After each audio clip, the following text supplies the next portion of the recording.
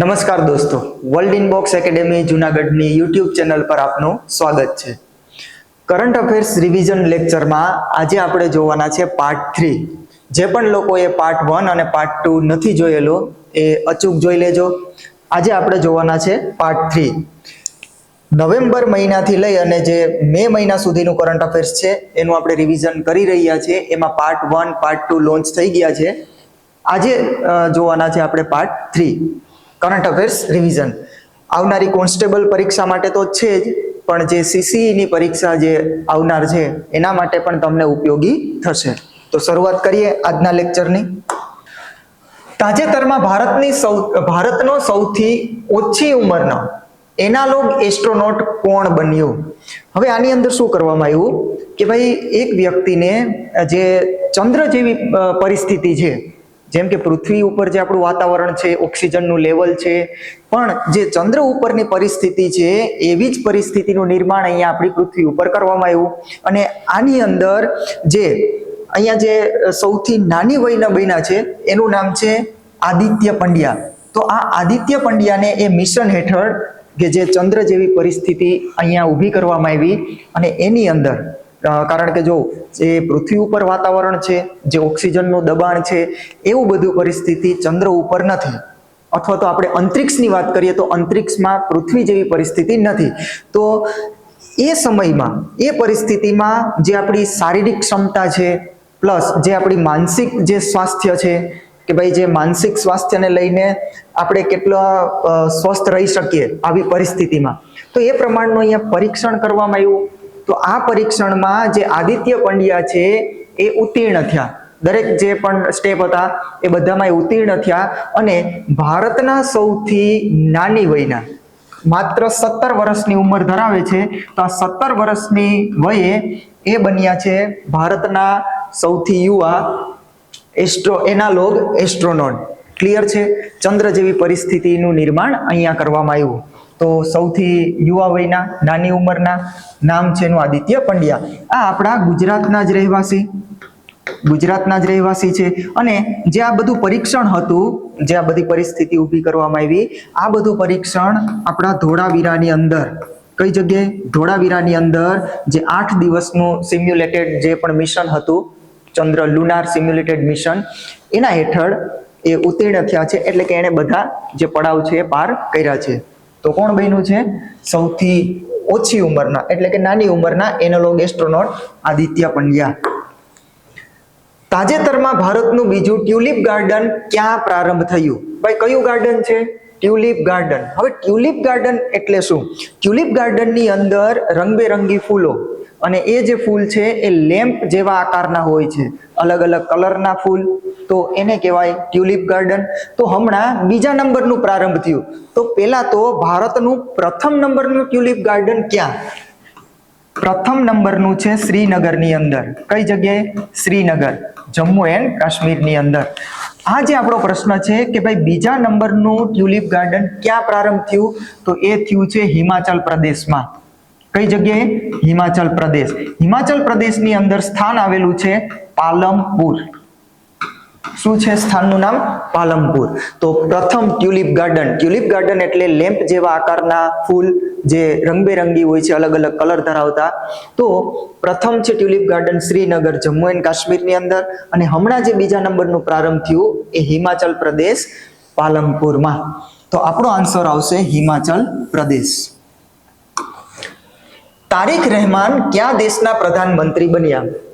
તારિક રહેમાન તો આપણા જ પાડોશનો દેશ, ભારતનો પાડોશી દેશ, નામ છે એનું બાંગ્લાદેશ. તો બાંગ્લાદેશના તાજેતરમાં પ્રધાનમંત્રી કોણ છે?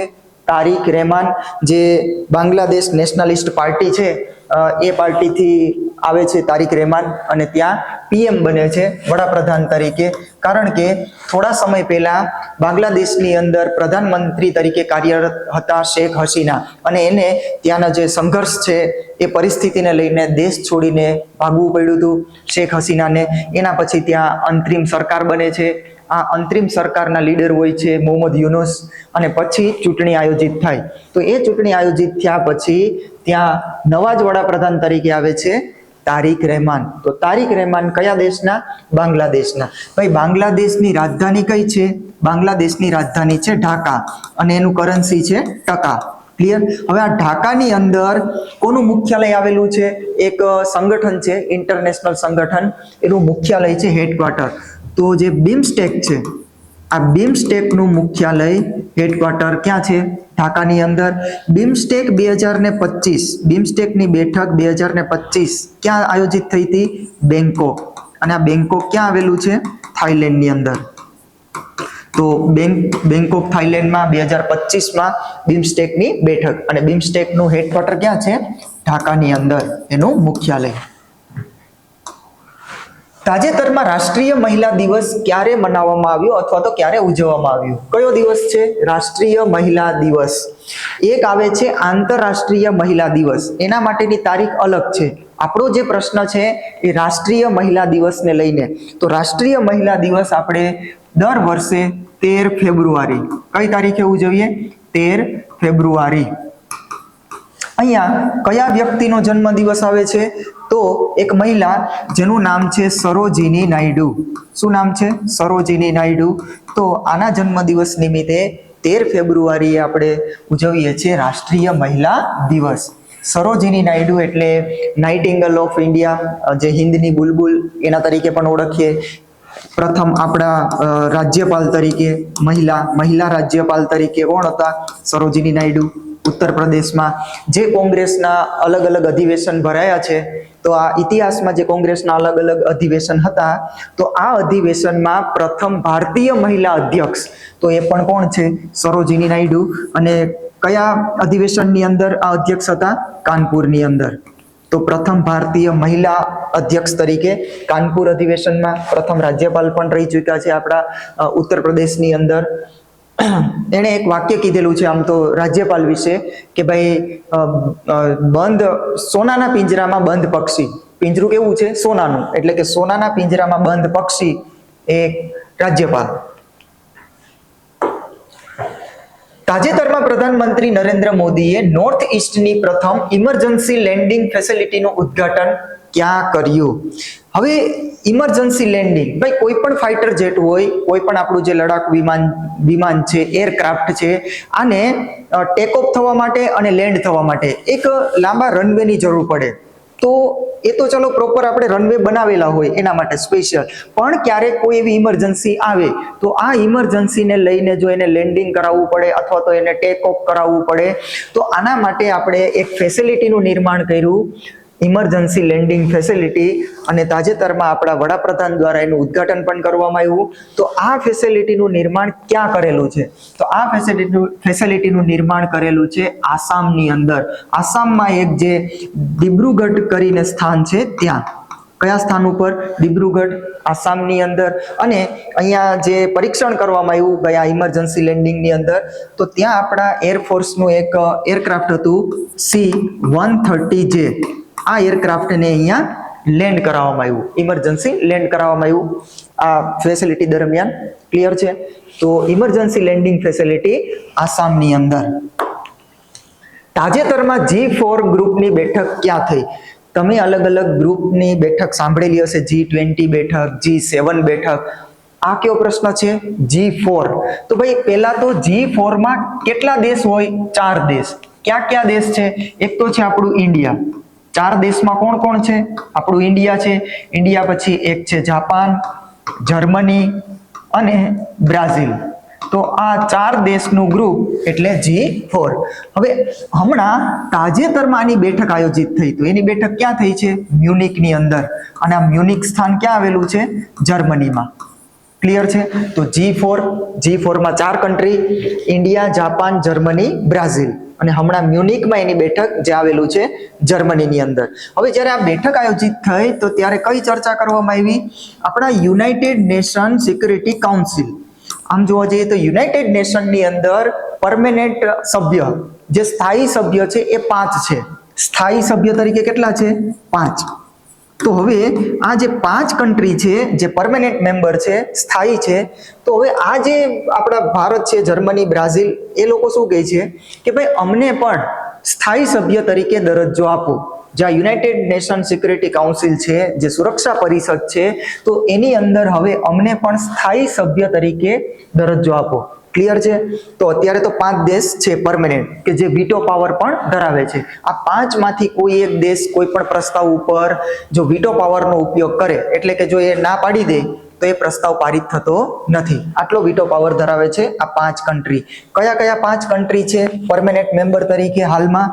તો એક તો છે યુએસએ, રશિયા, ચીન, યુકે અને ફ્રાન્સ.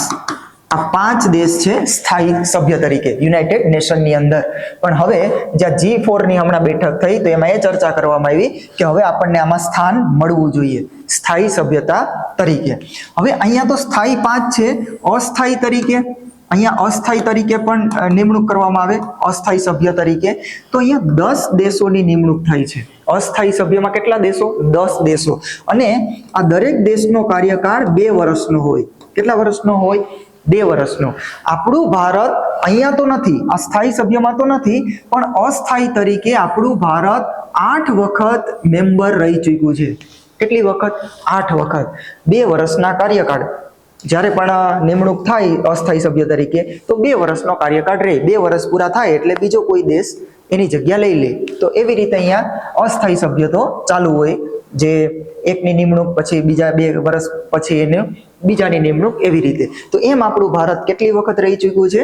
8 વખત. પણ આપણે અહીંયા નથી જોતું, આપણે જોઈએ છે સ્થાયીમાં, પરમેનન્ટની અંદર.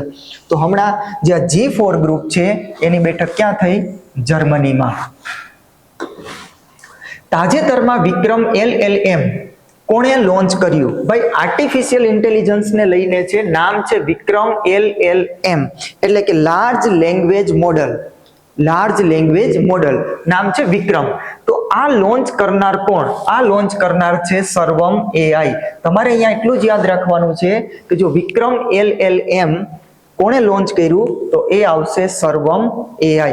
આર્ટિફિશિયલ ઇન્ટેલિજન્સમાં જે લેંગ્વેજને લઈને છે એ વિક્રમ LLM. અહીંયા 2 પેરામીટર પણ એણે લોન્ચ કરેલા છે, તો સર્વમ AI. તાજેતરમાં થાન્યા નાથન કયા રાજ્યના પ્રથમ બ્લાઇન્ડ જજ બન્યા? ભાઈ એક રાજ્યના બ્લાઇન્ડ જજ એટલે કે એક પ્રકારે અંધ જજ બન્યા છે, નામ છે થાન્યા નાથન. તો એ કયા રાજ્યમાં બન્યા છે બ્લાઇન્ડ જજ? તો એ બન્યા છે કેરળની અંદર. કઈ જગ્યાએ? કેરળમાં.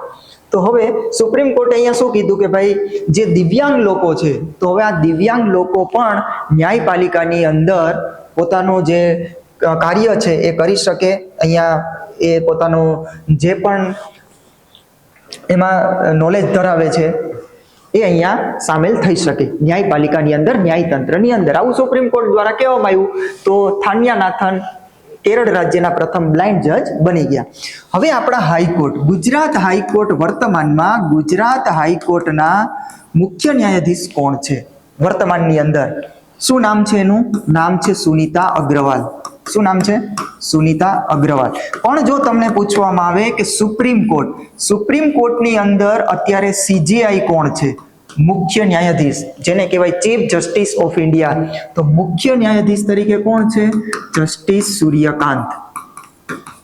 સુપ્રીમ કોર્ટમાં કઈ પેટર્ન છે હાલ? જે એક CJI હોય, એક તો કોણ હોય? CJI, અને અન્ય કેટલા? 33 હતા, પણ 33માં 4 નો વધારો એટલે અત્યારે છે 37.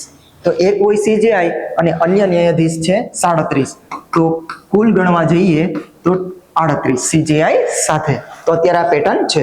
સુપ્રીમ કોર્ટનું ગઠન ક્યારે કરવામાં આવ્યું હતું? સુપ્રીમ કોર્ટનું ગઠન આપણા સ્વતંત્ર ભારત પછી 28 જાન્યુઆરી 1950 ની અંદર. ક્લિયર છે? તો અહીંયા જે બન્યા છે થાન્યા નાથન, એ છે કેરળ રાજ્યના બ્લાઇન્ડ જજ. તાજેતરમાં અમિત શાહજીએ વાઇબ્રન્ટ વિલેજ પ્રોગ્રામ 2 ક્યાંથી લોન્ચ કર્યું? ભાઈ લોન્ચ કરનાર કોણ છે? અમિત શાહજી, જે આપણા ગૃહમંત્રી અને સહકારિતા મંત્રી. એણે એક પ્રોગ્રામ લોન્ચ કર્યો છે વાઇબ્રન્ટ વિલેજ પ્રોગ્રામ 2. આ ક્યાંથી લોન્ચ કર્યો? આ લોન્ચ કર્યો છે આસામની અંદરથી. કઈ જગ્યાએથી? આસામમાં એક ગામ છે નાથનપુર ગામ કરીને, ત્યાંથી લોન્ચ કર્યો અમિત શાહજીએ. તો આસામની અંદર એક ગામ છે નાથનપુર. આ નાથનપુર ગામથી આને લોન્ચ કરવામાં આવ્યું આ પ્રોગ્રામને. અહીંયા શું કહેવામાં આવ્યું, અમિત શાહજી દ્વારા એવું કહેવામાં આવ્યું છે કે જે ભાઈ આપણી સરહદ પરના ગામડાઓ છે કે જ્યાં ભારતની સરહદ લાગે છે, અન્ય દેશ સાથે સરહદ ધરાવીએ છીએ આપણે, તો એ સરહદ પરના ગામડાનો વિકાસ કરવાનો છે. કોનો વિકાસ? સરહદ પરના ગામડાનો વિકાસ. તો એના માટે વાઇબ્રન્ટ વિલેજ પ્રોગ્રામ 2 લોન્ચ કરનાર છે અમિત શાહજી. અને ક્યાંથી લોન્ચ કર્યો? આસામની અંદરથી. તાજેતરમાં વિન્ટર ઓલિમ્પિક્સ 2026માં મેડલ લિસ્ટમાં શીર્ષ સ્થાન કોણે હાસિલ કર્યું? થોડા સમય પહેલા આપણે આની ચર્ચા કરેલી છે. વિન્ટર ઓલિમ્પિક્સ 2026 પહેલા તો આનું આયોજન ક્યાં? આ વિન્ટર ઓલિમ્પિક્સ 2026 નું આયોજન કઈ જગ્યાએ? ઇટલીની અંદર. અને ઇટલીમાં પણ 2 શહેર. શું નામ છે? મિલાનો અને કોર્ટિના, યા તો કોર્ટિનો. તો મિલાનો અને કોર્ટિના એની અંદર આ ઇટલીમાં આવેલું ત્યાં વિન્ટર ઓલિમ્પિક્સનું આયોજન 2026નું. હવે અહીંયા શુભંકર કયું હતું? અહીંયા શુભંકર હતું ટીના અને મિલો. શું નામ છે? ટીના અને મિલો. આ એનું શુભંકર. અને આ શુભંકર કોના દ્વારા તૈયાર કરવામાં આવ્યું છે? આ શુભંકર ઇટલીની અંદર જે શાળામાં ભણતા બાળકો છે, વિદ્યાર્થીઓ છે, એના દ્વારા તૈયાર કરવામાં આવ્યું છે. નામ છે ટીના અને મિલો. તો હવે આનું આયોજન થઈ ગયું છે, રમાઈ પણ ગયા છે આ બધા જે પણ રમત હતી આની અંદર. તો એમાં પ્રથમ સ્થાન કોણે મેળવ્યું? કોની પાસે સૌથી વધારે ગોલ્ડ મેડલ છે? તો એમાં પ્રથમ સ્થાન છે નોર્વે. કયો દેશ? નોર્વે દેશ. આપણા ભારતને કેટલા મેડલ મળેલા છે અહીંયા આ વિન્ટર ઓલિમ્પિક્સમાં? તો ભારતને 0 મેડલ. કેટલા મેડલ મળેલા? 0. ક્લિયર છે? તો પ્રથમ સ્થાન તો અહીંયા કોણ ધરાવે છે? નોર્વે દેશ, કે જેની પાસે સૌથી વધારે ગોલ્ડ છે. હવે થોડાક અહીંયા શુભંકરને લઈને પણ ક્યારેક પ્રશ્ન પૂછાઈ જાય. ચલો, વિન્ટર ઓલિમ્પિક્સ નું શુભંકર તો છે ટીના અને મિલો, પણ જો તમને પૂછવામાં આવે કે ભાઈ મોરવીર, આ મોરવીર શુભંકર કોનું છે? ગજસિંહ. આ શુભંકર કોનું છે? ખમ્મા અને ઘણી. આ શુભંકર કોનું છે? પર્લ. આ શુભંકર કોનું? ફ્રીજ. આ શુભંકર કોનું? તો શુભંકરને લઈને ક્યારેક પ્રશ્ન પૂછાય તો મોરવીર શુભંકર કોનું? ખેલો ઇન્ડિયા ટ્રાઇબલ્સ ગેમ. ખેલો ઇન્ડિયા ટ્રાઇબલ્સ ગેમ્સ છત્તીસગઢની અંદર જે આયોજન થયું હતું ત્યાં. ગજસીમાં આવશે ખેલો ઇન્ડિયા યુથ ગેમ્સ. આ ખેલો ઇન્ડિયા યુથ ગેમ્સ નું શુભંકર છે ગજસી. ખમ્મા ઘણી ખેલો ઇન્ડિયા યુનિવર્સિટી ગેમ્સ. તો ખેલો ઇન્ડિયા યુનિવર્સિટી ગેમ્સ નું શુભંકર છે ખમ્મા ઘણી. પર્લ ખેલો ઇન્ડિયા બીચ ગેમ્સ. તો ખેલો ઇન્ડિયા બીચ ગેમ્સ નું શુભંકર છે પર્લ. ફ્રીજ શુભંકર છે 2024 ની અંદર જે પેરિસ ઓલિમ્પિક થયો હતો. કયો ઓલિમ્પિક? Paris Olympic. તો એનું શુભંકર શું છે? ફ્રીજ એટલે એક પ્રકારની ટોપી ત્યાં ફ્રાન્સની અંદર. તો ક્યારેક પ્રશ્ન પૂછાઈ શકે શુભંકરને લઈને, તો આ થોડા ધ્યાનમાં રાખજો. તાજેતરના જ છે આ બધા શુભંકર, તે નજરમાં રાખવાના. તાજેતરમાં બાફટા એવોર્ડ વિજેતા ફિલ્મ બુંગ નો સંબંધ કઈ ભાષા સાથે છે? ભાઈ કયો એવોર્ડ છે? બાફટા એવોર્ડ. તો ફિલ્મની અંદર જે આ બાફટા એવોર્ડ અપાય છે, પહેલા તો આ એવોર્ડ ક્યાંથી એનાયત થાય? આ એવોર્ડ આપવામાં આવે છે લંડનની અંદરથી. કઈ જગ્યાએ? લંડન, ઇંગ્લેન્ડ, ત્યાંથી આ એનાયત થાય છે. તો જે આ બાફટા એવોર્ડ વિજેતા ફિલ્મ છે, નામ છે બુંગ. આપણા ભારતની જ ફિલ્મ બુંગ. તો એ કઈ ભાષા સાથે સંબંધ ધરાવે? એ કઈ ભાષાની ફિલ્મ છે? તો આ જે બુંગ ફિલ્મ છે એ મણિપુરી ભાષાની. કઈ ભાષાની ફિલ્મ છે? મણિપુરી ભાષાની. અને એને કયો એવોર્ડ જીતેલો છે? બાફટા એવોર્ડ.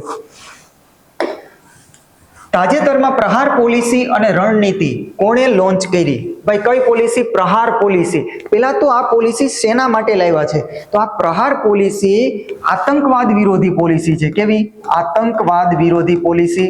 અહીંયા 7 સ્તંભનું નિર્માણ કર્યું છે. અલગ અલગ 7 સ્તંભ, 7 પિલ્લરનું નિર્માણ આ પ્રહાર પોલિસી હેઠળ આતંકવાદ વિરોધી પોલિસી છે. તો આ પોલિસી કોણે લોન્ચ કરી છે? આ પોલિસી લોન્ચ કરી ગૃહ મંત્રાલયે. તો આપણા ભારતમાં કોના દ્વારા લોન્ચ કરવામાં આવી આ પ્રહાર પોલિસી? ગૃહ મંત્રાલય દ્વારા. તાજેતરમાં વનજીવી દીદી પહેલ કોણે શરૂ કરી? કઈ પહેલ છે? વનજીવી દીદી પહેલ. હવે આમાં શું કરવામાં આવશે કે ભાઈ આ પહેલની અંદર જે શિક્ષિત મહિલાઓ છે, આ શિક્ષિત મહિલાઓને અહીંયા નિયુક્તિ કરવામાં આવશે અને આ જે શિક્ષિત મહિલાઓ અલગ અલગ જગ્યાએ જઈ અને લોકોની અંદર જાગૃતતા ફેલાવશે. શેને લઈને જાગૃતતા? તો જે વાઇલ્ડ લાઈફનું સંરક્ષણ છે, જે વન છે, જંગલ છે, એ જે વાઇલ્ડ લાઈફનું લઈને સંરક્ષણ, લોકોની અંદર જાગૃતતા ફેલાવવી, લોકોની અંદર સમજદારી કેળવવી. આના માટે આ મહિલાઓને પ્રોત્સાહન રાશિ પણ આપવામાં આવશે. જે મહિલાઓ છે ને દર મહિને 3,000 પ્રતિ મહિનો આટલી પ્રોત્સાહન રાશિ પણ અહીંયા પૂરી પાડવામાં આવશે. વાઇલ્ડ લાઈફને લઈને સંરક્ષણ, વાઇલ્ડ લાઈફને લઈને જે સંરક્ષણ છે એની જાગૃતિ લોકોની અંદર ફેલાવવી. તો મહિલાઓને નિયુક્તિ કરી એક પ્રકારની પ્રોત્સાહન રાશિ પણ આપવાની અને નામ આપેલું છે વનજીવી દીદી પહેલ. તો આ પહેલ કોણે લોન્ચ કરી છે? ઝારખંડ દ્વારા. કોના દ્વારા લોન્ચ કરવામાં આવી? ઝારખંડ. તાજેતરમાં કયા અનુચ્છેદ હેઠળ કેરળ રાજ્યનું નામ બદલવામાં આવ્યું? ભાઈ, કેરળ રાજ્યનું નામ બદલી અને શું કરી દેવામાં આવ્યું? કેરળમ. તો આ નામ કયા અનુચ્છેદ હેઠળ બદલાયું છે? અનુચ્છેદ 3 હેઠળ. તો કયા અનુચ્છેદ હેઠળ? અનુચ્છેદ 3 હેઠળ કેરળનું નામ કેરળમ. ક્લિયર? હવે થોડાક નામ જોઈ લઈએ ફટાફટ. પ્રધાનમંત્રી ઓફિસ પીએમઓ શું નામ થઈ ગયું છે? સેવા તીર્થ. જે આપણા ગવર્નર હાઉસ, તો આ ગવર્નર હાઉસનું નામ શું થઈ ગયું છે? લોક ભવન.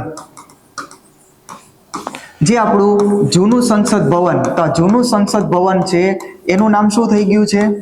સંવિધાન સદન. જે આપણો રાજપથ છે, આ રાજપથનું નામ શું થઈ ગયું? કર્તવ્ય પથ. માઉન્ટ આબુ, આનું નામ શું કરી દેવામાં આવ્યું? માઉન્ટ આબુનું નામ કરી દેવામાં આવ્યું છે આબુરાજ. રાષ્ટ્રપતિ ભવનની અંદર દરબાર હોલ, આ દરબાર હોલનું નામ ગણતંત્ર મંડપ. રાષ્ટ્રપતિ ભવનની આગળ જે મુઘલ ગાર્ડન, આ મુઘલ ગાર્ડનનું નામ અમૃત ઉદ્યાન. અંદમાન અને નિકોબારની રાજધાની જે પોર્ટ બ્લેર છે, આ પોર્ટ બ્લેરનું નામ શું કરી દીધું? શ્રી વિજયાપુરમ.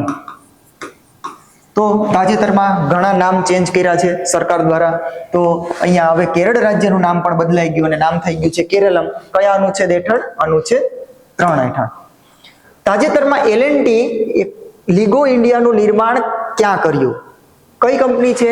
L&T. L&T એટલે લાર્સન એન્ડ ટુબ્રો. તો આ લાર્સન એન્ડ ટુબ્રો દ્વારા લીગો ઇન્ડિયા આનું નિર્માણ કર્યું. આની અંદર શું હોય છે?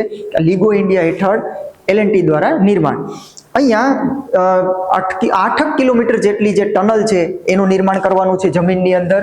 8 કિલોમીટર જેટલી જે વેક્યુમ ટનલ છે એનું નિર્માણ. અને અહીંયા કોનો અભ્યાસ કરવામાં આવશે? અહીંયા ગુરુત્વાકર્ષણ જે તરંગો છે, કેવા? ગુરુત્વાકર્ષણ તરંગો, એનો અભ્યાસ કરવાનો છે આ લીગો ઇન્ડિયા હેઠળ. ક્લિયર છે? નામ આપ્યું છે લીગો ઇન્ડિયા અને અહીંયા શેનો અભ્યાસ કરવામાં આવશે? ગુરુત્વાકર્ષણ તરંગોનો. અને કઈ કંપની દ્વારા નિર્માણ? L&T દ્વારા. તો આ નિર્માણ ક્યાં કરવામાં આવ્યું? હિંગોલી ખાતે. કયા સ્થળ ઉપર? હિંગોલી. અને આ હિંગોલી ક્યાં આવેલું છે? મહારાષ્ટ્રની અંદર. ક્લિયર? તો લીગો ઇન્ડિયા નામ આવે એટલે કઈ જગ્યા ઉપર? મહારાષ્ટ્ર. સ્થળ છે હિંગોલી. તાજેતરમાં યુનાઇટેડ નેશન ગ્લોબલ રોડ સેફટીના ગ્લોબલ ચેમ્પિયન કોને નિયુક્ત કરવામાં આવ્યા? શેની નિયુક્તિ થઈ છે? ગ્લોબલ ચેમ્પિયન તરીકે. પણ કોને લઈને? રોડ સેફટીને લઈને. Global road safety. Road safety એટલે કે ભાઈ જે રોડ ઉપર જે આપણે ડ્રાઇવિંગ કરતા હોય તો આમાં જે 4 વ્હીલ હોય તો સીટ બેલ્ટ બાંધવો, બાઇક ચલાવતા હોય તો હેલ્મેટ પહેરવાનું છે, સ્પીડ લિમિટ રાખવાની છે, ટ્રાફિકના નિયમોનું પાલન કરવાનું છે. આવી બધી જાગૃતતા ફેલાવવા માટે અહીંયા જે રોડ સેફટીને લઈને ગ્લોબલ ચેમ્પિયન એક નિયુક્તિ કરવામાં આવી. તો કયા વ્યક્તિની નિયુક્તિ કરી છે? સચિન તેંડુલકરની. યાદ રાખજો આ. તો ગ્લોબલ રોડ સેફટી માટે ગ્લોબલ ચેમ્પિયન તરીકે કોની નિયુક્તિ? સચિન તેંડુલકર. લોકોમાં જાગૃતિ ફેલાવવી. જાગૃતતા શેને લઈને? રોડ સેફટીને લઈને. ક્લિયર છે? તાજેતરમાં સ્નો લેપર્ડ પોલીસ બટાલિયન કોણે તૈનાત કરી? શું નામ છે? Snow leopard police battalion. હવે આ બટાલિયન પહેલા તો ક્યાં તૈનાત કરવામાં આવશે અથવા તો ક્યાં તૈનાત કરી છે? આ બટાલિયનને ઊંચાઈ જે ક્ષેત્ર છે ત્યાં બરફ આચ્છાદિત ક્ષેત્ર છે અને એ પણ કેવું? ઊંચાઈ ઉપર. તો ત્યાં માઇનસમાં તાપમાન રહે છે અને ઓક્સિજન લેવલ માઇનસમાં તાપમાન અને ઓક્સિજન લેવલ પણ કેવું, ઓક્સિજન લેવલનું જે દબાણ છે એ પણ ઓછું. ક્લિયર? તો આવી પરિસ્થિતિમાં એ લોકો પોતાનું જે કામ છે એ સારી રીતે નિભાવી શકે, પોતે ક્ષમતા ધરાવી શકે, એના માટે નિમણૂક કરવામાં આવી છે. તૈનાત કર્યા છે સ્નો લેપર્ડ બટાલિયન, સ્પેશિયલ આવી પરિસ્થિતિ માટે કે જ્યાં માઇનસમાં તાપમાન છે, ઊંચાઈવાળું ક્ષેત્ર છે, એટલે કે ઓક્સિજનનું દબાણ પણ ઓછું છે. તો આને ક્યાં તૈનાત કરવામાં આવ્યા? જમ્મુ એન્ડ કાશ્મીરમાં. ક્લિયર છે? તો snow leopard police battalion, Jammu and Kashmir. તાજેતરમાં ખેલો ઇન્ડિયા વિન્ટર ગેમ્સ 2026ના મેડલ લિસ્ટમાં પ્રથમ સ્થાન કોને મળ્યું? ખેલો ઇન્ડિયા વિન્ટર ગેમ્સ, ભાઈ જે પહેલો પ્રશ્ન હતો એ વિન્ટર ઓલિમ્પિક્સ હતો, એ વિશ્વ લેવલની વાત છે. આ આપણા ભારતની વાત છે. બધામાં ખેલો ઇન્ડિયા તો લાગશે જ. આપણે હમણાં શુભંકર જોયું ને, ખેલો ઇન્ડિયા બીચ ગેમ્સ, ખેલો ઇન્ડિયા યુથ ગેમ્સ, ખેલો ઇન્ડિયા ટ્રાઇબલ ગેમ્સ, ખેલો ઇન્ડિયા યુનિવર્સિટી ગેમ્સ, તો બધાની આગળ ખેલો ઇન્ડિયા તો લાગશે. એમાંનો એક છે ખેલો ઇન્ડિયા વિન્ટર ગેમ્સ. પહેલા તો આનું આયોજન ક્યાં? આ બે ફેઝમાં થયું હતું. તો આ ગેમ્સ ફેઝ 1 છે લેહ લદ્દાખની અંદર, અને ફેઝ 2 નું આયોજન ગુલમર્ગ, અને આ ગુલમર્ગ સ્થાન ક્યાં આવેલું છે? જમ્મુ એન્ડ કાશ્મીરની અંદર. તો હવે અહીંયા મેડલ લિસ્ટમાં પ્રથમ સ્થાન કોને મળ્યું? મેડલ લિસ્ટમાં પ્રથમ સ્થાન મળ્યું છે ઇન્ડિયન આર્મી. તો કોને મળ્યું છે? ઇન્ડિયન આર્મીને, ખેલો ઇન્ડિયા વિન્ટર ગેમ્સની અંદર. તો મેડલ લિસ્ટમાં પ્રથમ સ્થાન છે ઇન્ડિયન આર્મી. તાજેતરમાં રાષ્ટ્રીય વિજ્ઞાન દિવસ ક્યારે ઉજવવામાં આવ્યો? કયો દિવસ છે? રાષ્ટ્રીય વિજ્ઞાન દિવસ. હવે આ દિવસ આપણે દર વર્ષે ક્યારે ઉજવીએ? 28 ફેબ્રુઆરી. અહીંયા કયા વ્યક્તિનો જન્મદિવસ આવે છે? કયા વ્યક્તિનો જન્મદિવસ? સીવી રમન. પણ યાદ રાખજો, આ જન્મદિવસને લઈને નથી. અહીંયા કયા વ્યક્તિ સંકળાયેલા છે?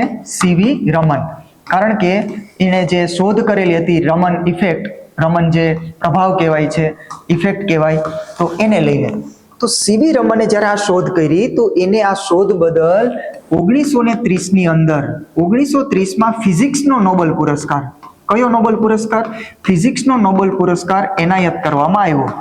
તો જ્યારે એને આ ફિઝિક્સનો નોબેલ પુરસ્કાર મળ્યો છે એ તારીખને ધ્યાનમાં રાખી, 28 ફેબ્રુઆરી 1930, એ તારીખને ધ્યાનમાં રાખી અને આપણે દર વર્ષે 28 ફેબ્રુઆરીએ શું ઉજવીએ? રાષ્ટ્રીય વિજ્ઞાન દિવસ. એક બીજો દિવસ આવે છે રાષ્ટ્રીય ટેકનોલોજી દિવસ. કયો દિવસ? રાષ્ટ્રીય ટેકનોલોજી દિવસ. આ ક્યારે ઉજવીએ આપણે? તો આ ઉજવીએ છીએ 11 મે. શું કામ 11 મે? કારણ કે 11 મે 1998ની અંદર આપણે બીજા નંબરનું પરમાણુ પરીક્ષણ કરેલું. શું કરેલું? બીજા નંબરનું પરમાણુ પરીક્ષણ અટલ બિહારી વાજપેયીની સરકારમાં, અને ત્યારે ઓપરેશનનું નામ આપ્યું હતું ઓપરેશન શક્તિ. તો આ ઓપરેશન હેઠળ જ્યારે બીજું પરીક્ષણ કર્યું, તારીખ હતી 11 મે 1998. તો 11 મે ને ધ્યાનમાં રાખી અને દર વર્ષે આપણે ઉજવીએ છીએ રાષ્ટ્રીય ટેકનોલોજી દિવસ, અને આ દિવસ છે રાષ્ટ્રીય વિજ્ઞાન દિવસ 28 ફેબ્રુઆરી. તાજેતરમાં રણજી ટ્રોફીનો, કઈ ટ્રોફી છે? રણજી ટ્રોફી. પહેલા તો કઈ રમત સાથે સંકળાયેલ આ રણજી ટ્રોફી? ક્રિકેટ રમત સાથે. તો તાજેતરમાં જે રણજી ટ્રોફી છે આયોજિત થઈ ગઈ, તો એમાં વિજેતા કોણ બન્યું છે? એમાં વિજેતા બન્યું છે જમ્મુ એન્ડ કાશ્મીર. ક્લિયર છે? તો રણજી ટ્રોફીનો ખિતાબ તાજેતરની અંદર જીતનાર છે જમ્મુ એન્ડ કાશ્મીર. અને અહીંયા ઉપવિજેતા કોણ બન્યું છે? તો ઉપવિજેતા બન્યું છે કર્ણાટક. ઉપવિજેતા તરીકે કોણ છે? કર્ણાટક. અને વિજેતા તરીકે જમ્મુ એન્ડ કાશ્મીર. તાજેતરમાં સાયબર ક્રાઇમ નેટવર્કને રોકવા માટે ઓપરેશન ક્રેકડાઉન કોણે શરૂ કર્યું? કયું ઓપરેશન છે? ઓપરેશન ક્રેકડાઉન. શેના માટે લોન્ચ કર્યું છે? સાયબર ક્રાઇમને રોકવા માટે. જે સાયબર ક્રાઇમ નેટવર્ક છે, સાયબર ક્રાઇમ, સાયબર ફ્રોડ, આવા શબ્દો તમે સાંભળતા હશો. ખાસ કરીને હવે તો ડિજિટલ અરેસ્ટ, વિડીયો કોલના માધ્યમથી અલગ અલગ જે પણ ગુનાઓ છે તમને કહેવામાં આવે કે તમે અહીંયા સંડોવાયેલા છો, તો ડિજિટલ અરેસ્ટ પણ અહીંયા વધેલું છે આજના સમયમાં. તો આવી રીતે જે સાયબર ક્રાઇમ અટેક થાય છે, સાયબર ક્રાઇમ ફ્રોડ થાય છે, એને રોકવા માટે, એ નેટવર્કને ધ્વસ્ત કરવા માટે ઓપરેશન ક્રેકડાઉન. તો આ કોણે લોન્ચ કરેલું છે? તેલંગાણાએ. ઓપરેશન ક્રેકડાઉન લોન્ચ કરનાર તેલંગાણા. ક્લિયર? હવે થોડાક ફરીથી ઓપરેશન જોઈ લઈએ. ઓપરેશન બ્રહ્મા ભારત દ્વારા ક્યાં ચલાવવામાં આવ્યું? Operation Sindhu. Operation Sagarbandhu, operation Keller, operation Mahadev, operation Shivshakti, operation Meghdoot, operation hawk, operation Pawan, operation blue star. ચલો, ઓપરેશન બ્રહ્મા ક્યાં? મ્યાનમારની અંદર. ઓપરેશન સિંધુ ભારત દ્વારા ઈરાનની અંદર. ઓપરેશન સાગરબંધુ જે શ્રીલંકામાં દિત્વા નામનું વાવાઝોડું આવેલું ત્યારે. ઓપરેશન કેલર મહાદેવ અને શિવશક્તિ જમ્મુ એન્ડ કાશ્મીરની અંદર જે આતંકવાદી જે ઠેકાણાઓ છે, સંગઠનો છે, એને ધ્વસ્ત કરવા માટે. ઓપરેશન મેઘદૂત સિયાચીનની અંદર. ઓપરેશન હોક સીબીઆઈ દ્વારા જે બાળ યૌન શોષણ છે એને રોકવા માટે. ઓપરેશન પવન શ્રીલંકાની અંદર જે લીટે ગ્રુપ હતું એને સમાપ્ત કરવા માટે. ઓપરેશન બ્લુ સ્ટાર આ જે અમૃતસરની અંદર જે ગોલ્ડન ટેમ્પલ કહેવાય છે એ જગ્યા ઉપર ઇન્દિરાબેન ગાંધીના સમયગાળા દરમિયાન ઓપરેશન બ્લુ સ્ટાર. તો અહીંયા ઓપરેશન ક્રેકડાઉન નું નામ આવે તો તેલંગાણા સરકાર. તાજેતરમાં એઆઈ બેઝ મોબાઈલ એપ ફિન્સીડર કોણે લોન્ચ કરી? એક એપ્લિકેશન છે, આર્ટિફિશિયલ ઇન્ટેલિજન્સ બેઝ છે અને નામ છે એનું ફિન્સીડર. તો આ એપ્લિકેશન, આ એપ લોન્ચ કરનાર કોણ? તો આ એપ લોન્ચ કરનાર છે જીઓ ફાઇનાન્સ. જીઓ ફાઇનાન્સ એટલે રિલાયન્સ ગ્રુપ. તો કોણે લોન્ચ કરી છે ફિન્સીડર એપ? રિલાયન્સ છે. આની અંદર શું છે કે જે ફાઇનાન્સિયલ લઈને જે પણ જે પ્રોત્સાહન આપવાનું છે, જે આર્થિક સહાય કરવાની છે ફાઇનાન્સિયલને લઈને, એના માટે આ લોન્ચ કરેલી રિલાયન્સ ગ્રુપ દ્વારા, જીઓ ફાઇનાન્સ દ્વારા નામ આપેલું છે ફિન્સીડર. તાજેતરમાં ભારત સરકારે કોની સાથે યુરેનિયમને લઈને કરાર કર્યા? મહત્વનો પ્રશ્ન છે. યુરેનિયમને લઈને કરાર કરવામાં આવ્યા છે ભારત અને કયા દેશ સાથે? તો ભારત પ્લસ કેનેડા. કયો દેશ સામેલ છે? Bharat plus Canada. આ જે યુરેનિયમ આપણે કેનેડા પાસેથી જે યુરેનિયમનો પુરવઠો જે લેવાના છે, તો આ યુરેનિયમનો ઉપયોગ આપણે ક્યાં કરશું? બોમ્બ બનાવવા માટે નથી કરવાના કે ભાઈ પરમાણુ બોમ્બ, એના માટે નથી કરવાના. આ જે આપણે યુરેનિયમ જે કરાર કરેલા છે એ યુરેનિયમનો વપરાશ, એનો ઉપયોગ આપણે રિએક્ટરની અંદર કરશું. એટલે કે જે આપણા ન્યુક્લિયર પાવર પ્લાન્ટ છે એની અંદર એનો ઉપયોગ કરવાનો છે. એના માટે કરાર થયા છે ભારત અને કેનેડા વચ્ચે. તો વર્તમાનમાં કેનેડાના પ્રધાનમંત્રી કોણ છે? તો વર્તમાનમાં કેનેડાના પ્રધાનમંત્રી છે માર્ક કાર્ની. કોણ છે? માર્ક કાર્ની. ક્લિયર છે? યુરેનિયમને લઈને કરાર. હવે યુરેનિયમ જે રિએક્ટર, જે ન્યુક્લિયર પાવર પ્લાન્ટ છે એમાં યુઝ કરવામાં આવશે. તો ભારતની અંદર થોડાક ન્યુક્લિયર પાવર પ્લાન્ટ જોઈ લઈએ ક્યાં ક્યાં આવેલા છે. એક તો અહીંયા મહારાષ્ટ્રની અંદર. કઈ જગ્યાએ? મહારાષ્ટ્રમાં. નામ છે એનું તારાપુર. એક ન્યુક્લિયર પાવર પ્લાન્ટ છે આપણા ગુજરાતમાં, સુરતની અંદર. નામ છે એનું કાકરાપાર. એક છે અહીંયા કર્ણાટકની અંદર, નામ છે એનું કેગા. એક છે અહીંયા રાજસ્થાનની અંદર, નામ છે એનું રાવતભાટા. એક છે અહીંયા યુપીની અંદર, નામ છે એનું નરોરા. અહીંયા બે છે તમિલનાડુની અંદર ન્યુક્લિયર પાવર પ્લાન્ટ બે. એકનું નામ છે કલ્પકમ અને એકનું નામ છે કુડનકુલમ. કલ્પકમ અને કુડનકુલમ તમિલનાડુની અંદર બે. તો જે પણ હમણાં આપણા ભારતની અંદર ન્યુક્લિયર પાવર પ્લાન્ટ છે, કારણ કે લિમિટેડ આવેલા છે ન્યુક્લિયર પાવર પ્લાન્ટ, અને બીજા તો એક હોય છે thermal power plant. Thermal power plant તો ઘણા બધા છે. થર્મલની અંદર કોલસાનો યુઝ થાય, અહીંયા યુરેનિયમનો યુઝ થાય છે ન્યુક્લિયર પાવર પ્લાન્ટની અંદર. તો આ ધ્યાન રાખજો. મહારાષ્ટ્રમાં આવેલું તારાપુર, આપણા ગુજરાત સુરતની અંદર કાકરાપાર છે, રાજસ્થાનની અંદર રાવતભાટા છે, યુપીની અંદર નરોરા છે, કર્ણાટકમાં કેગા છે, તમિલનાડુમાં બે છે, કલ્પકમ અને કુડનકુલમ. તો હમણાં આપણે કોની સાથે કરાર કર્યા છે? કેનેડા સાથે. અને કેનેડાના વડાપ્રધાન છે, પીએમ છે માર્ક કાર્ની. તાજેતરમાં અમિત શાહજીએ જનગણના 2027 માટે કયા મેસ્કોટનું અનાવરણ કર્યું? ધ્યાન રાખજો, મહત્વનો પ્રશ્ન. જનગણના, વસ્તી ગણતરી. ભાઈ વસ્તી ગણતરી 2027. તો આ વસ્તી ગણતરી 2027 અત્યારે હાઉસ લિસ્ટિંગનું કામ ચાલુ છે. અત્યારે કયું કામ ચાલુ છે? હાઉસ લિસ્ટિંગનું કામ ચાલુ છે. એના પછી આપણું અહીંયા જે કાઉન્ટિંગ છે, જે આપણને ગણવા માટે, એના પછી આપણે ગુજરાતની વાત કરીએ તો કંઈક ફેબ્રુઆરી 2027માં સ્ટાર્ટ થશે. અત્યારે હાઉસ લિસ્ટિંગનું કામ ચાલુ છે. તો વસ્તી ગણતરી 2027 એના માટે અમિત શાહજી દ્વારા એક મેસ્કોટનું અનાવરણ કરવામાં આવ્યું. એ મેસ્કોટનું નામ છે પ્રગતિ અને વિકાસ. શું નામ છે? પ્રગતિ અને વિકાસ. અહીંયા પ્રગતિ એટલે ફિમેલ અને વિકાસ એટલે મેલ, એટલે કે એક પુરુષ અને એક સ્ત્રી. મેસ્કોટ તમે જુઓ તો એક પુરુષ અને એક સ્ત્રી નામ આપેલું છે, પ્રગતિ અને વિકાસ. હવે આ શું દર્શાવે? આ જેન્ડર ઇક્વિલિટી. શું દર્શાવે છે? લૈંગિક સમાનતા દર્શાવે. ક્લિયર છે? તો આ વખતની વસ્તી ગણતરી માટે જે મેસ્કોટ જાહેર કર્યું છે, નામ છે એનું પ્રગતિ અને વિકાસ. આ વખતની કેટલામાં નંબરની વસ્તી ગણતરી છે? 2027.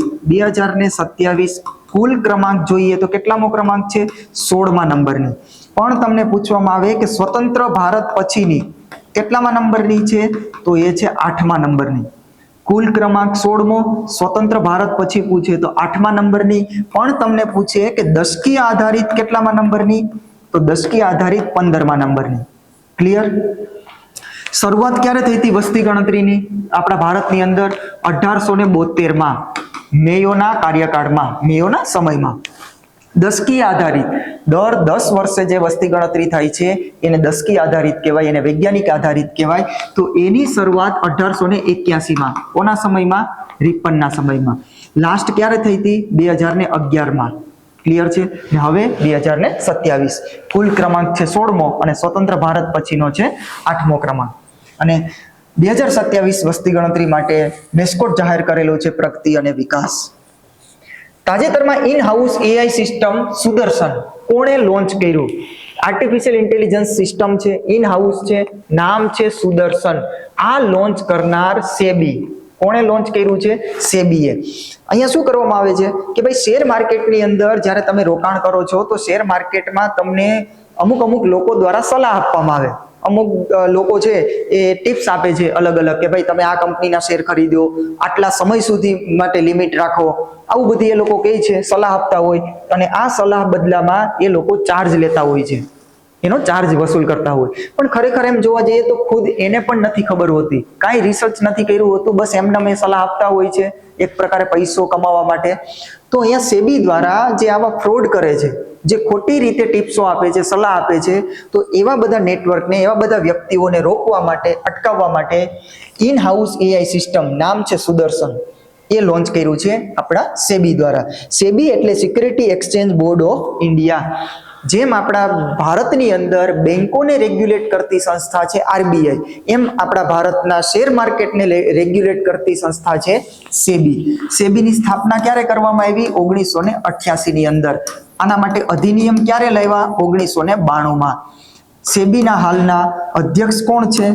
તુહિન કાંતા પાંડે, સેબીના હાલના અધ્યક્ષ. સેબીના પ્રથમ મહિલા અધ્યક્ષ કોણ હતા? જે આની પહેલા હતા મહિલા તરીકે, નામ હતું એનું માધવીપુરી બુચ. શું નામ હતું? માધવીપુરી બુચ. અને આનું હેડક્વાર્ટર ક્યાં આવેલું છે? સેબીનું હેડક્વાર્ટર મુંબઈની અંદર. કઈ જગ્યાએ? મુંબઈ. મુંબઈ દલાલ સ્ટ્રીટની અંદર. અહીંયા બે છે, Bharat stock exchange, national stock exchange, અને એના જે ઇન્ડેક્સ છે, એકનો ઇન્ડેક્સ નિફ્ટી છે અને એકનો ઇન્ડેક્સ સેન્સેક્સ છે. નિફ્ટી અને સેન્સેક્સ ઇન્ડેક્સ આવે છે એના. નિફ્ટી એક છે અને એક છે સેન્સેક્સ. ક્લિયર? આરબીઆઈ ભાઈ, આરબીઆઈ ના હાલના ગવર્નર કોણ છે? સંજય મલ્હોત્રા. કોણ છે? સંજય મલ્હોત્રા. નીતિ આયોગ, નીતિ આયોગના અધ્યક્ષ કોણ છે હાલમાં? તો નીતિ આયોગના અધ્યક્ષ છે આપણા વડાપ્રધાન. ઉપાધ્યક્ષ કોણ છે? ઉપાધ્યક્ષ તરીકે નવી નિમણૂક અશોક લાહિરી. શું નામ છે? અશોક લાહિરી. અને નીતિ આયોગના સીઈઓ કોણ છે? તો સીઈઓ તરીકે છે નિધિ છિબ્બર. ક્લિયર? આ છે આપણું જે રાષ્ટ્રીય મહિલા આયોગ. તો રાષ્ટ્રીય મહિલા આયોગના હાલમાં અધ્યક્ષ કોણ છે? રાષ્ટ્રીય મહિલા આયોગ વિજયા રહાટકર.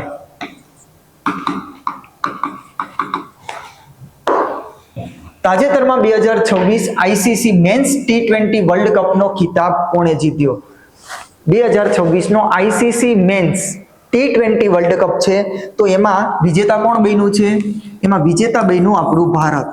વિજેતા બનનાર છે ભારત, અને ઉપવિજેતા કોને હરાવીને આપણે વિજેતા બન્યા છે? તો ન્યુઝીલેન્ડ. ઉપવિજેતા તરીકે કોણ આવશે? New Zealand. T20 men's world cup હતો, જેનું આયોજન એનું હતું ભારત પ્લસ શ્રીલંકાની અંદર. તો વિજેતા આપણું ભારત, અને સામે કોને હરાવીને? ન્યુઝીલેન્ડને. તાજેતરમાં આંતરરાષ્ટ્રીય મહિલા દિવસ ક્યારે ઉજવવામાં આવ્યો? તો ભાઈ આંતરરાષ્ટ્રીય મહિલા દિવસ આપણે દર વર્ષે ક્યારે ઉજવીએ છીએ? 8 માર્ચ. પણ જો રાષ્ટ્રીય મહિલા દિવસ તમને પૂછે તો એ તારીખ આવશે 13 ફેબ્રુઆરી. રાષ્ટ્રીય મહિલા દિવસ. અને એ કયા વ્યક્તિ સંકળાયેલા છે? કયા મહિલા સંકળાયેલા છે? સરોજિની નાયડુ. બાકી આંતરરાષ્ટ્રીય મહિલા દિવસ 8 માર્ચ. સિપ્રી અનુસાર વર્ષ 2021 થી 25 દરમિયાન દુનિયાનો સૌથી વધુ હથિયાર આયાતકાર દેશ કયો છે? સિપ્રી કઈ સંસ્થા છે? SIPRI Stockholm International Peace Research Institute. હવે આ જે સિપ્રીનો રિપોર્ટ એ આવે છે કે ભાઈ દુનિયાની અંદર સૌથી વધારે હથિયાર કોણ બનાવે છે? કઈ કંપની સૌથી વધારે હથિયાર બનાવે? એક રિપોર્ટ એ છે. હવે જે બીજો રિપોર્ટ છે એમાં શું કહે છે કે દુનિયામાં કયો દેશ સૌથી વધારે હથિયાર મંગાવે છે, આયાત કરે છે? તો અહીંયા આપણો પ્રશ્ન આયાતકારને લઈને છે કે આયાત કોણ કરે સૌથી વધારે? તો એમાં પ્રથમ સ્થાન ઉપર છે યુક્રેન, કે હથિયાર સૌથી વધારે મંગાવે છે. પ્રથમ સ્થાન ઉપર યુક્રેન અને બીજા સ્થાન ઉપર છે આપણું ભારત. ક્લિયર છે? સૌથી વધારે નિકાસ કોણ કરે? ચલો આ તો બધા મંગાવે છે, યુક્રેન સૌથી વધારે મંગાવે, એના પછી આપણું ભારત છે. પણ નિકાસ એટલે કે વેચે છે બીજા દેશોને. તો એ નિકાસ કરનારમાં પહેલો દેશ, પ્રથમ દેશ છે અમેરિકા, USA, અને બીજા નંબર ઉપર છે ફ્રાન્સ. આ સિપ્રી રિપોર્ટ અનુસાર. ક્લિયર છે?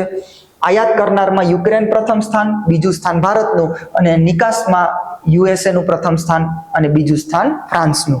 ક્લિયર?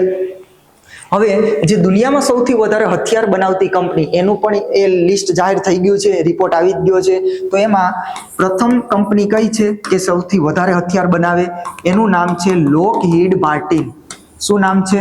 લોકહીડ માર્ટિન. કયા દેશની કંપની? USA દેશની. આપણી ભારતની આ વખતે 1 થી 100 ની યાદીમાં 1 થી 100 ની યાદીમાં 3 કંપની સામેલ થઈ. HAL, BEL અને MDL, કે જે સૌથી વધારે હથિયાર બનાવે છે. Hindustan aeronautics limited, Bharat electronics limited અને મઝગાંવ ડોક લિમિટેડ. 1 થી 100 માં આ વખતે આ યાદીમાં આપણા ભારતની 3 કંપની સામેલ થઈ છે સૌથી વધારે હથિયાર બનાવવાના રિપોર્ટની અંદર. ક્લિયર? તો અહીંયા આયાતકારની અંદર આવશે યુક્રેન. તાજેતરમાં ચર્ચામાં રહેનાર ટીમ કલ્કીનો સંબંધ કોની સાથે છે? શું નામ છે? ટીમ કલ્કી. હવે આ ટીમ કલ્કી છે એ એક ડ્રગ રેકેટ છે. કેવું છે? Drug racket. તો હમણાં NCB દ્વારા નેશનલ નાર્કોટિક્સ જે બ્યુરો છે, આ નાર્કોટિક્સ બ્યુરો દ્વારા શું કરવામાં આવ્યું છે? એને પર્દાફાશ કરવામાં આવ્યો. તો એનું નામ છે ટીમ કલ્કી. અને શું છે આ ટીમ કલ્કી? એક ડ્રગ રેકેટ છે. ક્લિયર છે? નાર્કોટિક્સ બ્યુરો દ્વારા.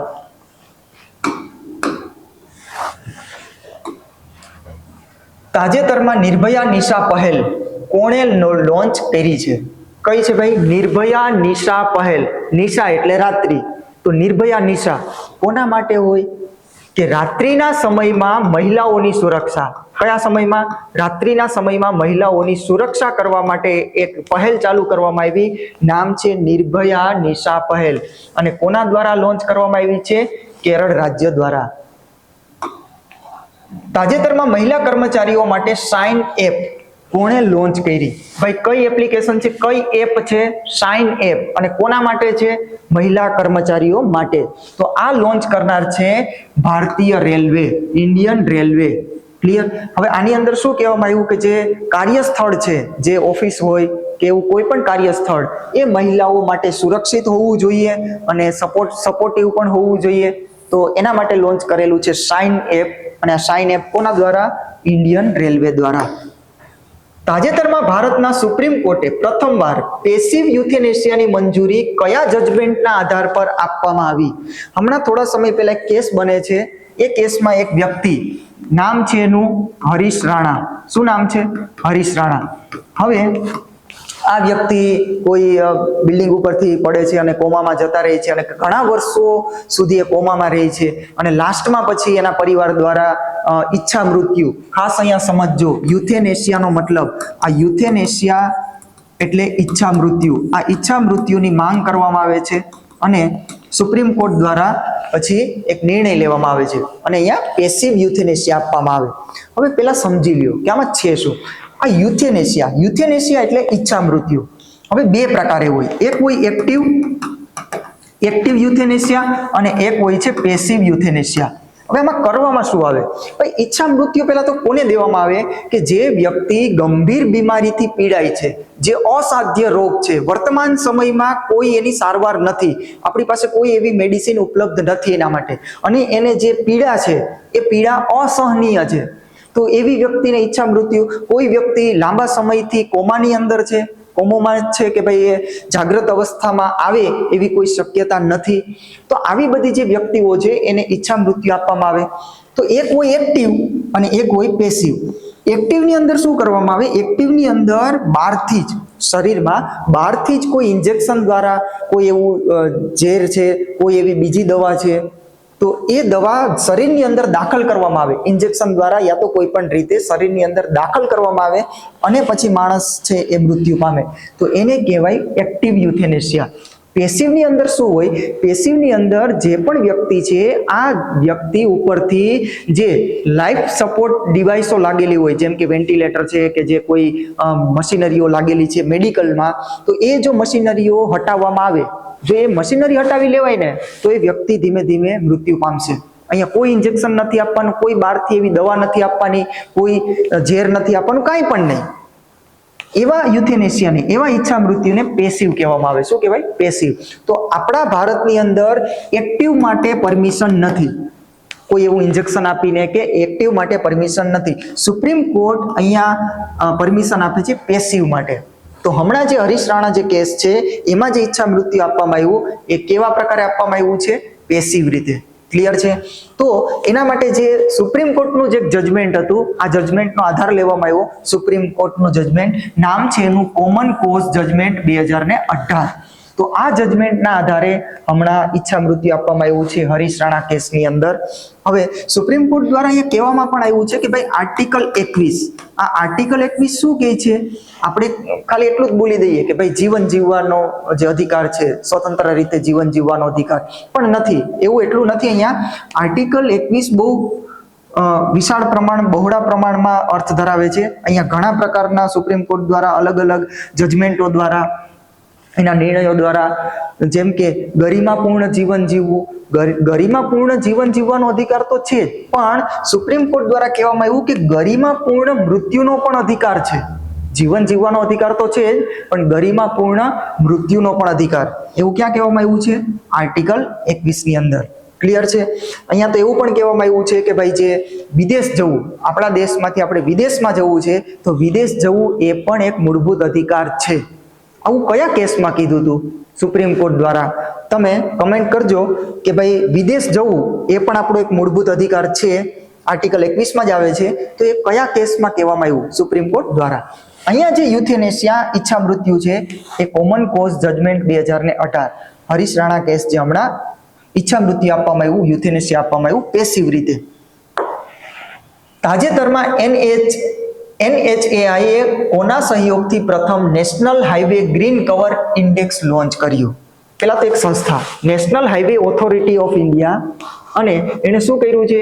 આમાંથી કોઈ એક સંસ્થા સાથે સહકાર પ્રાપ્ત કરી અને એક ઇન્ડેક્સ બહાર પાડ્યો. એવો index national highway green cover.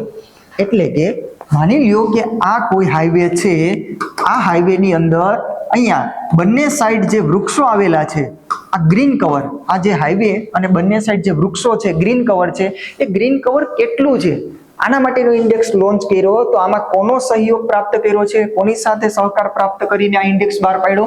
ISRO સાથે. તો NHAI અને પ્લસ ઈસરો, આ બંને દ્વારા આ ઇન્ડેક્સ લોન્ચ કરવામાં આવ્યો, ગ્રીન કવર ઇન્ડેક્સ. કે ભાઈ હાઈવે જે છે, નેશનલ હાઈવે, એની બંને બાજુએ જે પણ વૃક્ષો આવેલા છે, ગ્રીન કવર આવેલું છે, આ કેટલું છે? ઈસરોનો અહીંયા સહકાર શું કામ લીધો છે? કારણ કે ઈસરોના સેટેલાઇટથી, જે ઈસરોએ સેટેલાઇટ લોન્ચ કરેલા છે, આ સેટેલાઇટથી એના હાઈ રિઝોલ્યુશન કેમેરાથી એ જાણી શકાય કે કેટલી આપણી પાસે ગ્રીન કવર છે, કઈ કઈ જગ્યા ઉપર જે નેશનલ હાઈવે છે ત્યાં વૃક્ષો છે અને ગ્રીન કવરના જે પણ ટકા છે, પર્સન્ટેજ એ કેટલું છે. તો એના માટે ઈસરોના સેટેલાઇટોનું પણ અહીંયા ઉપયોગમાં લેવામાં આવ્યા છે. નામ છે એવા સેટેલાઇટના રિસોર્સેટ 2A, પછી કાર્ટોસેટ 25, આવી રીતે સેટેલાઇટના નામ છે કે જેનો ઉપયોગ કરવામાં આવશે હાઈ રિઝોલ્યુશન કેમેરાની મદદથી. તાજેતરમાં ચર્ચામાં રહેનાર પ્રોજેક્ટ કાલ અને શેષનાગ 150 એનો સંબંધ કોની સાથે છે? જો એક પ્રોજેક્ટનું નામ છે પ્રોજેક્ટ કાલ અને શેષનાગ 150. આનો સંબંધ કોની સાથે છે? Swarm drone. કોની સાથે? Swarm drone. હવે ડ્રોન એટલે UAV, અનમેન્ડ એરિયલ વેહિકલ. આની અંદર કોઈ પણ માણસ બેઠેલો હોતો નથી. હવે આ જે પ્રોજેક્ટ છે આની અંદર આવા ડ્રોન નું નિર્માણ કરવાનું છે, પણ એ ડ્રોન કેવા હશે? એ ડ્રોન ઓછી કિંમતના, ઓછા ખર્ચાળ વાળા હશે.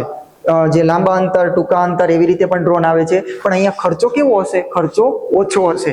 અને એક તો ડ્રોનની અંદર કોઈ માણસ નથી બેઠેલો હોતો, ખર્ચો પણ ઓછો. તો જે પણ જગ્યાએ આપણે આવી પરિસ્થિતિ સર્જાય તો એમાં આપણે સૌથી વધારે વર્તમાન સ્થિતિમાં શેનો ઉપયોગ કરીએ છીએ અટેક માટે? ડ્રોનનો. તો એવા ઓછા ખર્ચે જે નિર્માણ પામનાર છે ડ્રોન, એના માટેનો પ્રોજેક્ટ કાલ અને શેષનાગ 150 કોના માટે છે? સ્વામ ડ્રોન માટે. માની લ્યો કે ભવિષ્યની અંદર ઝુંડમાં અટેક થાય, ડ્રોનનો ઝુંડમાં અટેક ભારત ઉપર, તો એને રોકવા માટે આપણી પાસે કયું શસ્ત્ર છે? એને રોકવા માટે છે ભાર્ગવાસ્ત્ર. કયું છે? ભાર્ગવાસ્ત્ર. ઝુંડમાં અટેક થાય, ઝુંડમાં એટલે એક સાથે 20-25 એટલા એક સાથે ડ્રોન જો આવી જાય ભારતના સરહદ પર, તો એને રોકવા માટે આપણી પાસે શસ્ત્ર છે ભાર્ગવાસ્ત્ર. તાજેતરમાં લિટરેસી રેટ અનુસાર બીજો કેન્દ્ર શાસિત પ્રદેશ કયો છે? ભાઈ લિટરેસી રેટ એટલે સાક્ષરતા. જે સાક્ષરતાને લઈને, સાક્ષરતા એટલે કે જે સામાન્ય રીતે વાંચી શકે, સામાન્ય લખી શકે, એ લિટરેસી રેટ સાક્ષરતામાં હમણાં બીજો જે કેન્દ્ર શાસિત પ્રદેશ છે કયો છે? ભાઈ અહીંયા કેન્દ્ર શાસિત પ્રદેશની વાત છે, રાજ્યની વાત નથી. તો એમાં પ્રથમ તો કોણ હતું? પ્રથમ હતું લદ્દાખ. કોણ હતું? લદ્દાખ. હમણાં જે બીજો કેન્દ્ર શાસિત પ્રદેશ બન્યો છે એ કોણ બન્યું છે? એ ચંદીગઢ. કોણ બન્યું? ચંદીગઢ. ક્લિયર? તો પ્રથમ છે લદ્દાખ અને બીજો કેન્દ્ર શાસિત પ્રદેશ ચંદીગઢ. તાજેતરમાં લેક એન્ડ એર વોચ પહેલ કોણે લોન્ચ કરી? કઈ પહેલ છે? Lake and air watch. હવે આ પહેલની અંદર શું કરવાનું છે કે ભાઈ રિયલ ટાઈમની અંદર જે આપણા જે તળાવો છે, લેકનો મતલબ શું થાય? તળાવો. તો આ તળાવોનું જે છે દેખરેખ રાખવાની છે અને રિયલ ટાઈમની અંદર જે એર ક્વોલિટી છે, જે એર ક્વોલિટી AQI જેને કહેવામાં આવે, AQI ઇન્ડેક્સ, આ રિયલ ટાઈમની અંદર એનું મોનિટરિંગ કરવાનું છે, તળાવોની દેખરેખ રાખવાની છે. એના માટે એક પહેલ લોન્ચ કરવામાં આવી, લેક એન્ડ એર વોચ પહેલ. આ કોના દ્વારા લોન્ચ કરી છે? આ આપણા ગુજરાત દ્વારા. તો કોના દ્વારા લોન્ચ કરવામાં આવી? આપણા ગુજરાત દ્વારા. તાજેતરમાં 60મો જ્ઞાનપીઠ પુરસ્કાર કોને મળ્યો? કયો પુરસ્કાર? જ્ઞાનપીઠ પુરસ્કાર. પેલા તો આ પુરસ્કાર શેના માટે હોય? તો આપણા ભારતની અંદર સાહિત્ય ક્ષેત્રે અપાતો સર્વોચ્ચ પુરસ્કાર. ભારતનો સાહિત્ય ક્ષેત્રે અપાતો સર્વોચ્ચ પુરસ્કાર એટલે જ્ઞાનપીઠ પુરસ્કાર. તો આ જ્ઞાનપીઠ પુરસ્કારની અંદર પ્રથમ કોને મળેલો? આપણા ભારતમાં પ્રથમ મળેલો છે જી શંકર કુરુપ. શું નામ છે? જી શંકર કુરુપ. પ્રથમ. કઈ ભાષામાં? મલયાલમ ભાષા. કઈ ભાષા છે? મલયાલમ. આ છે પ્રથમ. હવે અત્યારે જે 60મા નંબરનો છે એ કોને એનાયત થયો? તો 60મા નંબરનો જ્ઞાનપીઠ પુરસ્કાર કોને આપવામાં આવ્યો છે? આર વેરામુથુ. કોને આપ્યો છે? આર વેરામુથુ. અને આ કયા ભાષા સાથે સંકળાયેલ? આર વેરામુથુ તમિલ ભાષા. કઈ ભાષા?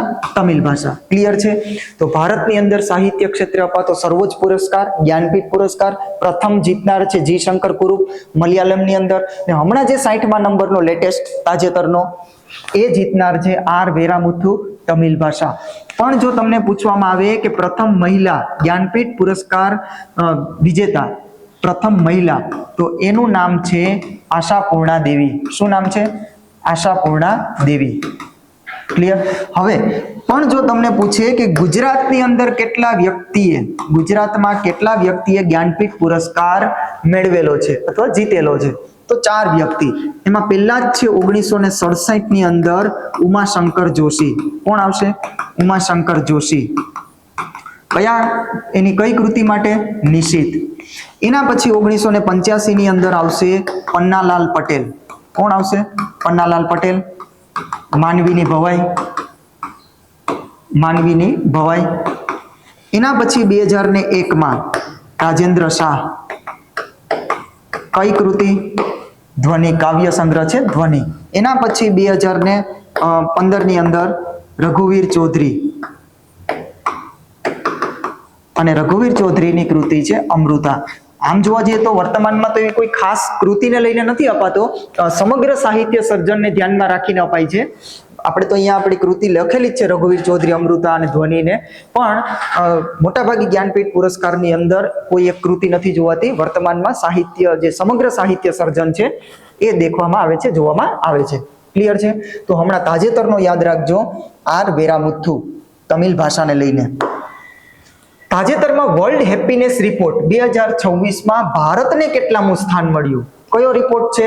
World happiness report. એટલે કે દેશની અંદર લોકો કેટલા ખુશ છે, દેશમાં લોકો કેટલા ખુશ છે એને લઈને આ રિપોર્ટ. તો આ રિપોર્ટમાં આપણા ભારતને કેટલામું સ્થાન મળ્યું છે?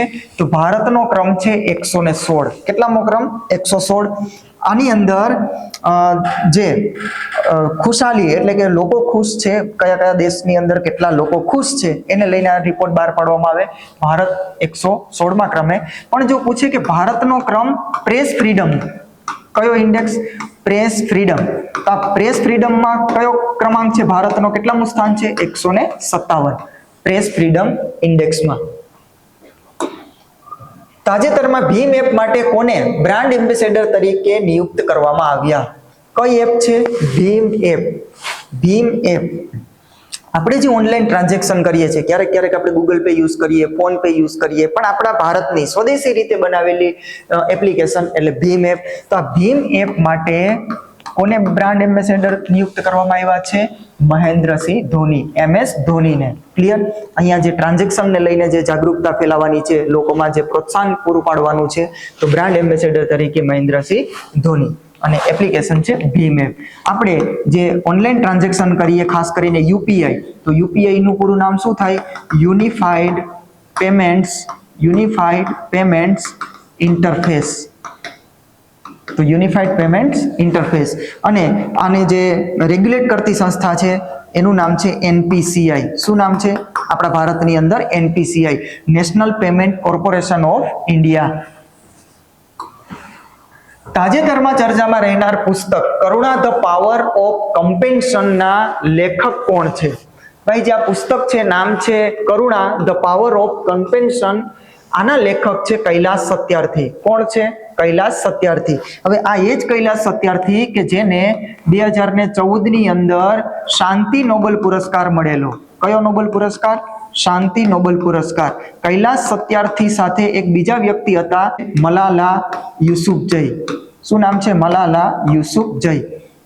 તો આ બંને વ્યક્તિને 2014 ની અંદર શાંતિ નોબેલ પુરસ્કાર બચપન બચાવો આંદોલન, આ એના કાર્ય નિમિત્તે એને આપવામાં આવ્યો હતો નોબેલ પુરસ્કાર, શાંતિ માટેનો નોબેલ પુરસ્કાર. તો હમણાં જે પુસ્તક છે કરુણા ધ પાવર ઓફ કમ્પેન્શન, એના લેખક છે કૈલાસ સત્યાર્થી. તાજેતરમાં નિંગોલ 1 પહેલ કોણે લોન્ચ કરી? કઈ પહેલ છે? નિંગોલ 1 પહેલ. આ લોન્ચ કરનાર છે મણિપુર. કોણે લોન્ચ કરી છે? મણિપુરે. આની અંદર શું કરવાનું છે કે ભાઈ, જે વનની કટાઈ એટલે કે વૃક્ષો જે કાપવામાં આવે છે, અવૈધ રૂપે જે અફીણની જે ખેતી કરવામાં આવે છે, તો આ બધાને રોકવું, આ બધાને અટકાવવાનું છે. આ પહેલ હેઠળ નામ આપેલું છે નિંગોલ 1 પહેલ. અને આ પહેલ કોના દ્વારા ચાલુ કરવામાં આવી? મણિપુર દ્વારા. તાજેતરમાં ચર્ચામાં રહેનાર સમ્રાટ સંપ્રતિ સંગ્રહાલયનું ઉદ્ઘાટન ક્યાં કરવામાં આવ્યું? શું નામ છે? સમ્રાટ સંપ્રતિ સંગ્રહાલય. આનું ઉદ્ઘાટન કર્યું છે આપણા પીએમ નરેન્દ્ર મોદી દ્વારા. કોના દ્વારા ઉદ્ઘાટન? પીએમ નરેન્દ્ર મોદીજી દ્વારા આનું ઉદ્ઘાટન. તો આનું ઉદ્ઘાટન ક્યાં કર્યું છે? આપણા ગાંધીનગરની અંદર. કઈ જગ્યાએ? ગાંધીનગર. જે કોબા જૈન તીર્થ છે ત્યાં. કયા સ્થાન ઉપર? કોબા જૈન તીર્થ, ગાંધીનગરની અંદર. નામ છે સમ્રાટ સંપ્રતિ સંગ્રહાલય. અને કયા ધર્મ સાથે સંકળાયેલું છે? જૈન ધર્મ સાથે. કયા ધર્મ સાથે? જૈન ધર્મ સાથે. અહીંયા અલગ અલગ ગેલેરી બનાવવામાં આવી છે, નિર્માણ કર્યું છે. આવી કંઈક 7 ગેલેરીનું નિર્માણ કરેલું છે. અહીંયા 7 ગેલેરીમાં જે પ્રથમ તીર્થંકર હતા એની એક ગેલેરી છે, પછી 1 થી 22 ને લઈને જે તીર્થંકરો છે એની ગેલેરી છે, 23મા નંબરના છે, 24મા નંબરના પણ છે. તો એને લઈને જે અલગ અલગ ગેલેરીઓ અહીંયા 7 જેટલી નિર્માણ કરેલું આપણા ગુજરાત અને ગાંધીનગરની અંદર. ગુજરાતમાં પણ ક્યાં? ગાંધીનગરમાં. ક્લિયર? અને આ સંપ્રતિ, ભાઈ સંપ્રતિ કયા વંશની અંદર આવશે? ઇતિહાસમાં મૌર્ય વંશ. કયો વંશ? મૌર્ય વંશ. સમ્રાટ અશોક અને એના પછી જે આવે છે શાસકો તરીકે એમાંના એક એટલે સંપ્રતિ. તો આ લેક્ચરમાં અહીંયા સુધી રાખીએ. આ હતો પાર્ટ 3. જે લોકોએ પાર્ટ 1 અને પાર્ટ 2 નથી જોયો એ લોકો અચૂક જોઈ લેજો. આ છે પાર્ટ 3. હવે જે પણ હશે એ તમને અપડેટ મળી જશે. તો અહીંયા સુધી રાખીએ. ધન્યવાદ. જય હિન્દ.